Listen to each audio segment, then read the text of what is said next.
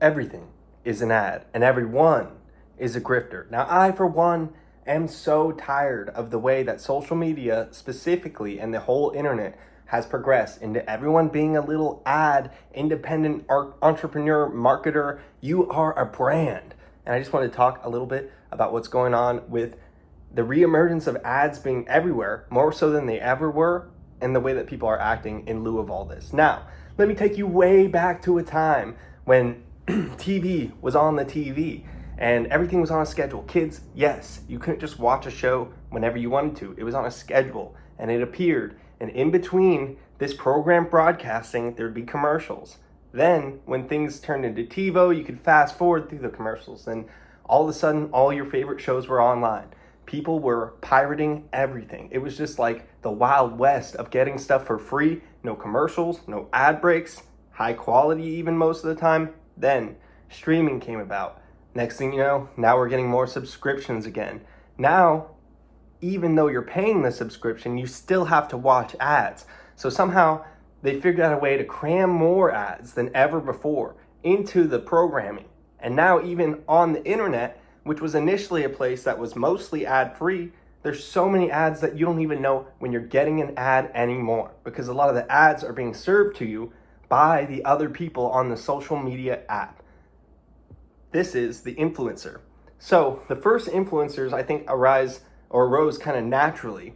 But then as time went on, the social media companies themselves started gamifying their systems in order to promote these influencers and in order to sell more products. Think how we have the TikTok store and the Instagram store now. That leads me to another one of our problems. And it's everything is trying to be an everything app. You could see this with Mark Zuckerberg's Facebook subsuming Instagram. You can see it with the way they try to take over Snapchat, with the way they copied TikTok. Instead of just staying in their lane and doing the thing that they do well, every single app is trying to do everything all at once. Banking and media messages. I mean, got Threads copying Twitter. So it's like Mark Zuckerberg's doing that. Elon Musk has said that he wants to make X the everything app. I don't want an everything app. I want multiple different apps. If every app is a place where I can share videos, then it makes it way too hard to find the video that I'm looking for. If there's one benefit to there being less platforms sometimes, it's that at least you could find the thing that you're looking for. I want to see pictures, I'll go on to Instagram. I want to see long form videos, I'll go on to YouTube. I want to see short form videos, I'll go on to TikTok. I want to see text, I'll go on to Twitter. But no, now you have to go and do everything on every single app. And I think it's a little bit exhausting, personally. So now you have people that are really, really leaning into this whole influencer thing.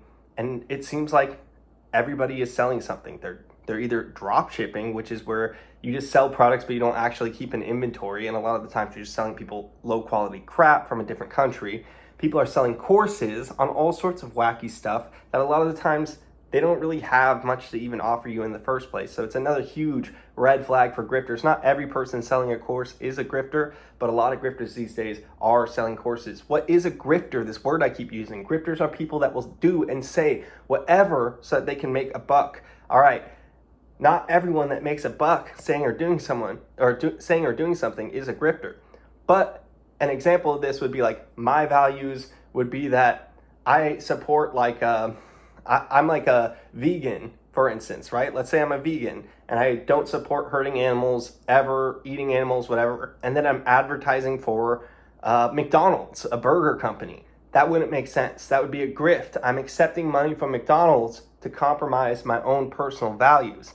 And so in order to be a more lucrative brand, a lot of people are taking to not sharing any of their opinions or beliefs about things on the internet because it allows them to be a blank canvas that these brands can paint their products onto.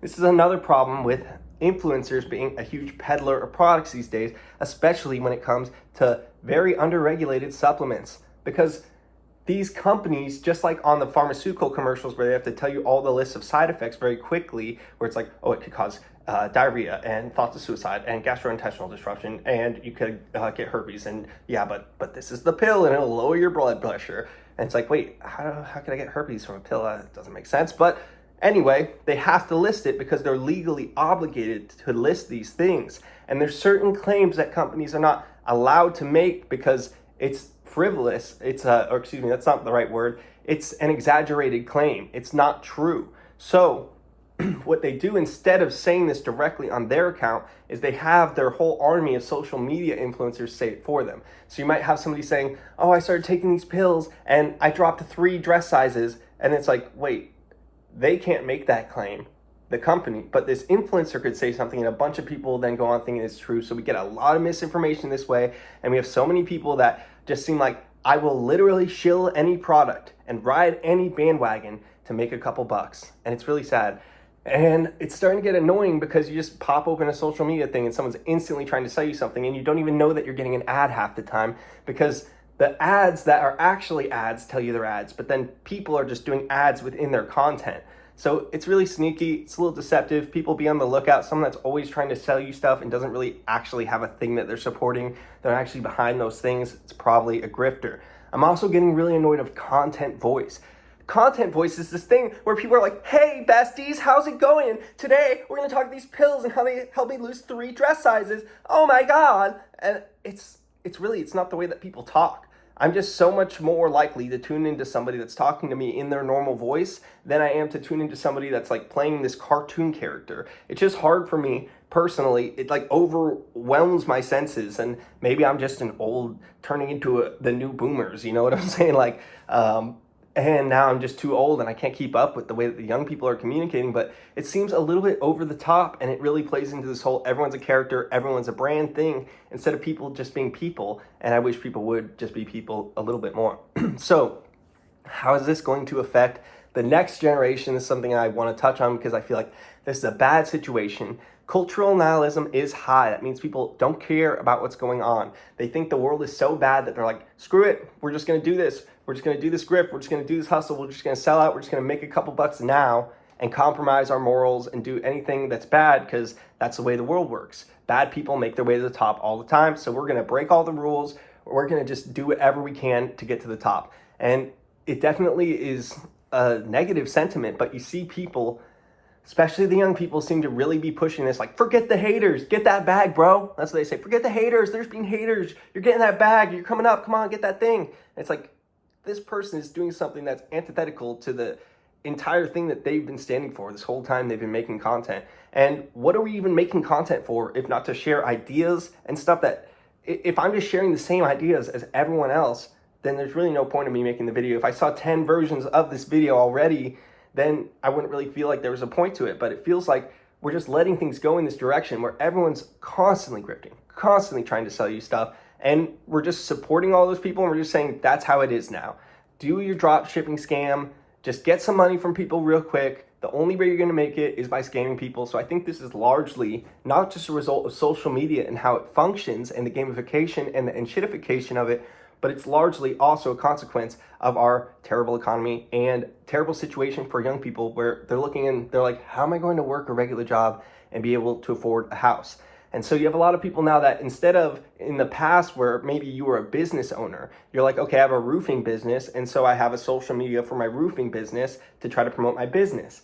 Now you have every single person is their own little mini business entity. So it's getting really weird out there, and people don't want to be a roofing company anymore. They don't want to actually do something. They want to be just a spokesperson for brands that are doing stuff. So by interacting with things this way, we no longer are the creators in this capitalism. We are just like spokespeople, little ad people. And I think that's really just sad that we're going in that direction, that instead of promoting what you're doing and wanting to do something, you're just seeking to promote something else to get a quick bag so that you can sit on the couch or go back to doing whatever you're doing or go to Coachella or whatever the heck people are doing. So what I want to label this as is toxic entrepreneurialism. I haven't seen people say this, but I really feel like we've reached a point where it's out of control. And we got people like Andrew Tate that a bunch of people are jumping in line with just because, oh, look, he made money. This is obviously a good way to be.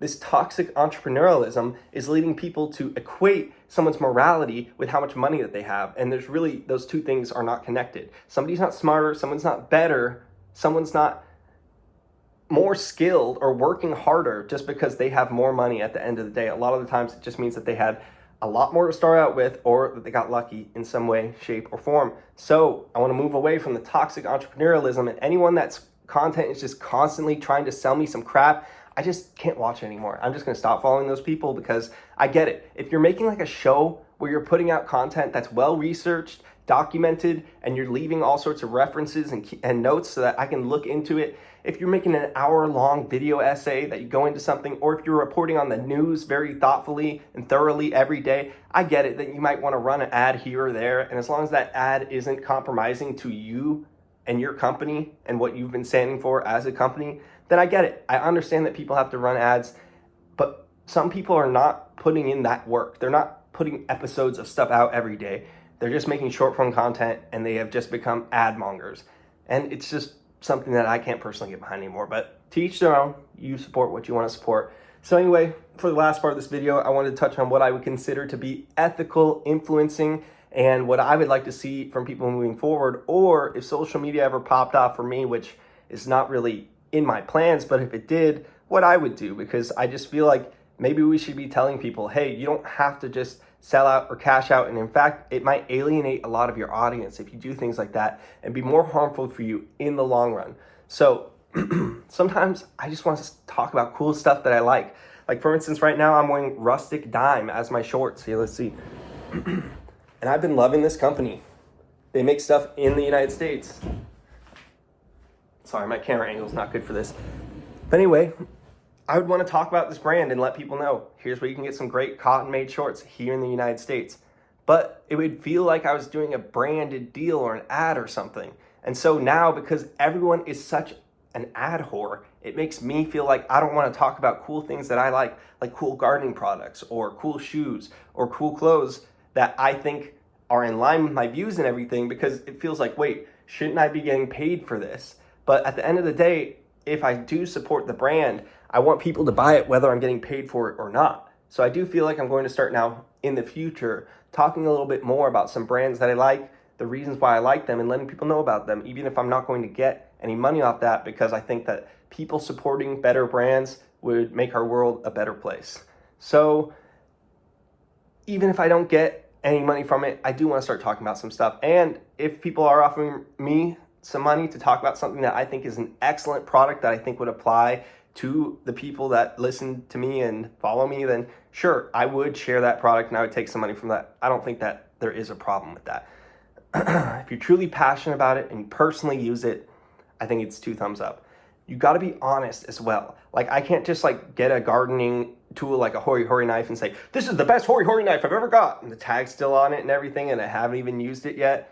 That is the fakest, falsest, like, kind of spreading lies to people. It's basically misinformation. It's like, I love this is my favorite one. And it's like, no, you just got it, and now you're pretending all of a sudden that this is the thing that you're so into. And it's just like that person, I dropped 3 dress sizes when I started taking these pills. It's like, that didn't happen though. And what else were you doing, et cetera, where we have people just like spreading lies, and it's starting to get to be like, who do you even trust anymore? And you got to worry for these kids, because it's like the AI is getting pretty good, and it's kind of crossing over that uncanny valley territory to the point where it's like, when you're watching stuff, how will you even know that a person is telling you that information anymore?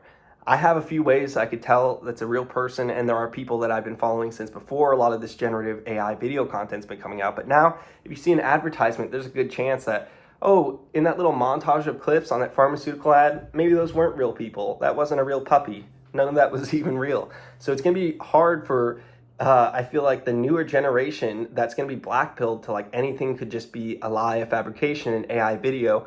So we got to figure out ways to, maybe stop people from spreading information in this way, or we need to just publicly shame the people that do this and stop helping them make money by following them and supporting them. So something.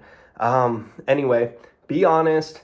And if you're actually using it to fund your show, like I was saying before, like your show actually involves research and you actually have employees and it's not all over the top, like you're just wasting money, then yeah, I get that. I get having some advertisements. And if somebody is always selling something, and especially if they aren't personally involved with the product, it's not like, hey, these are the shirts that I make. My company makes these shirts. Okay, talk about the shirts that your company makes, maybe because that's your thing.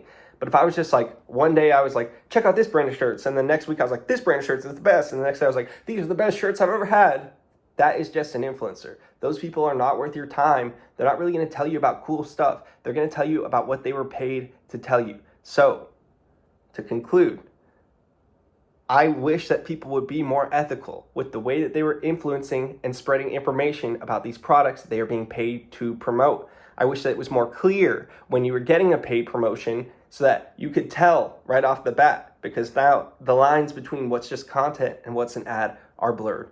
And moving forward, I hope that we could be more honest and that we could stop supporting the people that are abusing their platforms in this way, because we're going to seriously confuse a lot of people moving forward, especially the younger generation.